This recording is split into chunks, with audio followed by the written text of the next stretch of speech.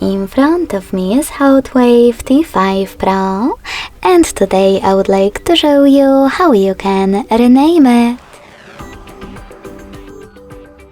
First of all, go into Devices Settings and scroll all the way down to access About Phone section. Then tap on device name located under Basic Info and type in wherever you wish to.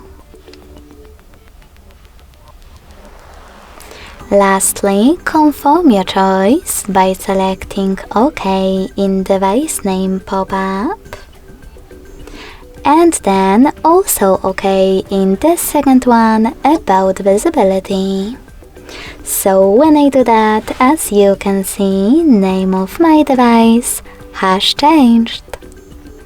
Thanks so much for watching. If you enjoyed this video, don't forget to leave a like, comment and subscribe. Bye!